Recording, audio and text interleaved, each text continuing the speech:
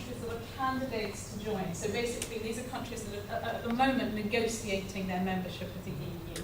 And there's only 3 of them, I believe: Turkey, Macedonia, and Croatia. And Croatia, I think just this week, was accepted. It's going to become a member of the EU in 2013.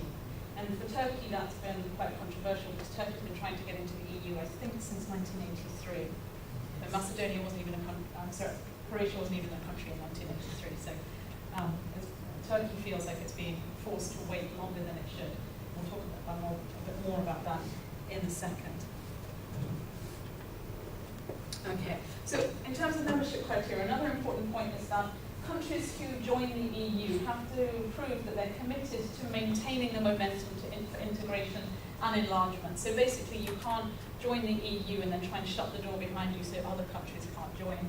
And you also have to pledge to be committed to deeper integration, which is somewhat ironic because some of the existing members, like Britain and Denmark, don't want to see deeper integration. So making new countries sign up to things that some of the existing members don't already have. Again, some new members feel that's not fair.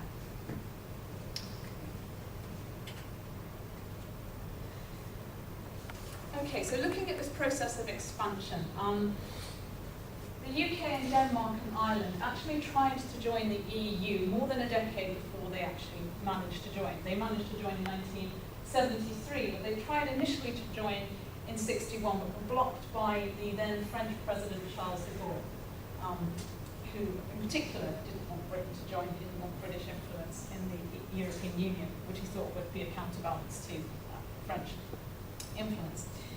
Since 1951, the number of states in the EU has actually quadrupled, the population has tripled, and the number of languages has gone from 4 languages to 23.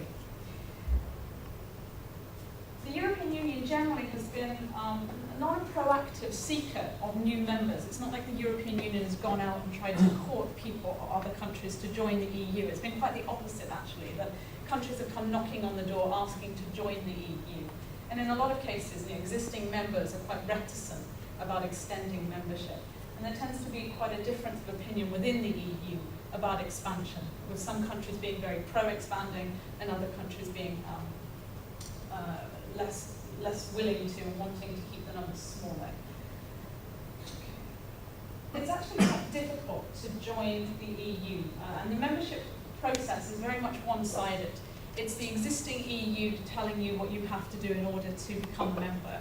There's no bargaining position for you. You can't say, well, the EU needs to change in order to suit us when we come in. You have to accept all of the existing criteria of membership. And it's basically up to the existing member states will say, well, here's the deal, take it or leave it. That's the position. There's no bargaining for the candidate country. And you have to accept all of the existing rules. So when you join the EU, you're tying yourselves to all of the existing treaties, all of the existing legislation, which you haven't been involved in negotiating. So there are some countries that thought about joining the EU or even started the process, but then decided against it. So Norway, for example, applied to join, but had a referendum in its country, and the population said no. They decided they didn't want to join the EU. Switzerland applied to join in 1992, but then withdrew its application. The government changed its mind. In 1990, East and West Germany, after the collapse of the Berlin Wall, became a reunified country. And East Germany didn't have to go through the application process, candidate status. It just simply, when it was reunified with West Germany, became part of the EU. So that's often referred to as the silent expansion of the EU. And millions, tens of millions of Germans joined the EU. So as I mentioned, the current candidate countries are Turkey, Croatia, which has now been accepted, and Macedonia. Okay. Why do you think countries want to join the EU?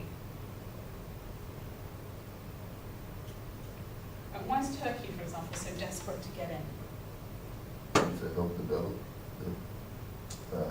their Turkey, and I mean it's pretty stable. Mm-hmm. So I mean, and you mean the EU is? Yeah, the EU is stable. So and it, like even if they don't like do business with the globally, they still have a bigger pool to trade with. Right. So you have instant access to a market, yes.